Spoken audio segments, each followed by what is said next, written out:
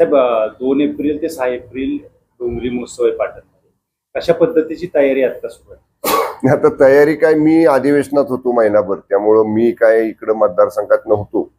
पण आमच्या पर्यटन विभागानं आणि जिल्हा प्रशासनानं त्याची पूर्वतयारी केलेली आहे. उद्या मी स्वतः साईटवर तिथं दौलतनगरला जातोय आणि प्रत्येक इव्हेंट जिथं होणार आहे त्या स्थळांची पाहणी करून तिथं पत्रकार परिषद देखील उद्या सायंकाळी 4 वाजता मी घेणार आहे. परंतु 2 एप्रिल ते 6 एप्रिल असा कोयना दौलत डोंगरी महोत्सव याचं दुसरं वर्ष यावर्षी पाटण तालुक्यामध्ये सातारा जिल्ह्यात आपण या ठिकाणी तो कार्यक्रम घेतोय. आणि वेगवेगळे कार्यक्रम आहेत. 2 तारखेला छत्रपती शिवाजी महाराजांचं जे शिवतीर्थ आमच्या पाटण तालुक्यातल्या नाडे गावामध्ये आहे, तिथं छत्रपती शिवरायांना अभिवादन करून तिथं शुभारंभ होईल, दीप प्रज्वलन होईल. आणि त्यानंतर मग बोटिंगचं उद्घाटन, हॉर्स राईडचं उद्घाटन, कॅमल राईडचं उद्घाटन, बग्गी राईडचं उद्घाटन, त्यानंतर वेगवेगळे तिथं हे आहेत, म्हणजे खाद्य जत्रा आहे, कृषी प्रदर्शन आहे, महिलांचा वेगवेगळ्या पदार्थांचा म्हणजे महिलांचे जे बचत गटांचं एक त्या ठिकाणी प्रदर्शन आहे, शस्त्र प्रदर्शन आहे, असे वेगवेगळे कार्यक्रम आहेत. सायंकाळी त्या दिवशी मग सगळ्या फनफेअर आहे तिथं, त्याचं उद्घाटन होईल. परत त्या ठिकाणी पोवाड्यांचं सादरीकरण होईल पहिल्या दिवशी.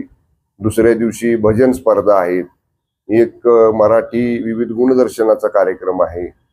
परत तिसऱ्या दिवशी बँड पथकांच्या स्पर्धा आहेत. चौथ्या दिवशी 1 दिवसाचा लावणी महोत्सव आहे.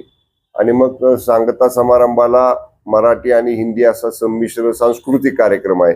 अशी बरेच रेलचेल की त्या ठिकाणी पॅराग्लायडिंग आहे, बोटिंग आहे. त्यामुळे असे सगळे कार्यक्रम, एक कार्यक्रमाची पर्वणी डोंगरी विभागातल्या लोकांना, जी ग्रामीण भागातली लोक आहेत ज्यांना शहरामध्ये जाऊन ह्या सगळ्या गोष्टी अनुभवता येत नाहीत, त्यांच्यासाठीचा गेल्या वर्षी एक प्रयोग केला आम्ही 3 दिवसाचा. लोकांचा आग्रह झाला की मोठ्या प्रमाणात करा, आणि योगायोगानं पर्यटन विभाग माझ्याकडे आहे आणि त्या पर्यटन विभागामधनं आपण हा डोंगरी महोत्सव या ठिकाणी 2 ते 6 एप्रिल घेतोय. साहेब ग्रामीण महिलांच्या सक्षमीकरणाच्या दृष्टीनं सुद्धा या महोत्सवाकडे पाहिलं जाते. कशा पद्धतीनं आपण पाहतो? बरं का, विशेषतः आपल्या जिल्ह्यामध्ये महाराष्ट्रातला पहिला आपण महिलांच्यासाठीचा एक मॉल, मी मागच्या टर्मला जेव्हा 22 ते 24 या कालावधीमध्ये 2.5 वर्ष पालकमंत्री म्हणून काम केलं, आत्ताही करतोय पालकमंत्री म्हणून काम, त्यावेळी मी जिल्हा नियोजन समितीमधनं आपण पहिला महिला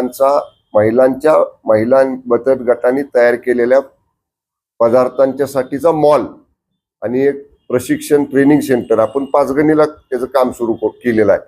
त्यामुळं सातारा जिल्ह्यामध्ये खूप चांगल्या ऍक्टिव्हिटीज महिलांच्या बचत गटांच्या सुरू आहेत. त्या सगळ्यांचं एक प्रदर्शन, एकत्रपणानं त्यांचं प्रदर्शन आणि त्यांचे तिथंच विक्री स्टॉल.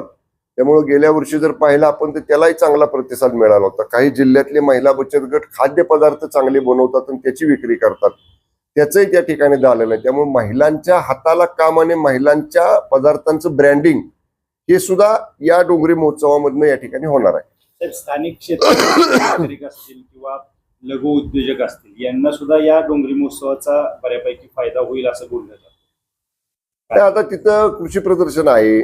त्या कृषी प्रदर्शनामध्ये आमच्या शेतकऱ्यांनी जे काय त्या ठिकाणी वेगवेगळे उपक्रम केलेले आहेत त्याचं सादरीकरण आहे. आपण बघतो तसं कृषी प्रदर्शनात काय अवजार, उपकरणं त्याचे त्या ठिकाणी सादरीकरण असतं.